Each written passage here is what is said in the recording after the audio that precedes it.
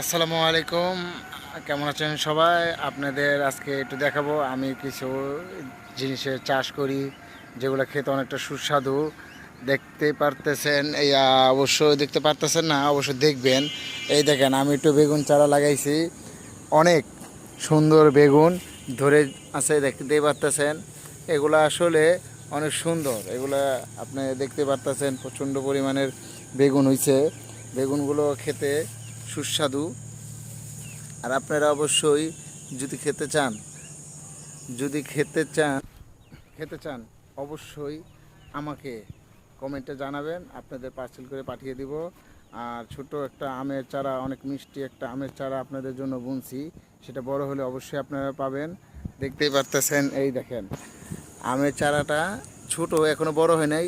বড় হলে আম ধরলে আপনাদের অবশ্যই দাওয়াত, আপনারা অবশ্যই এসে খেয়ে যাবেন। সবাই ভালো থাকবেন, সুস্থ থাকবেন। আসসালামু আলাইকুম।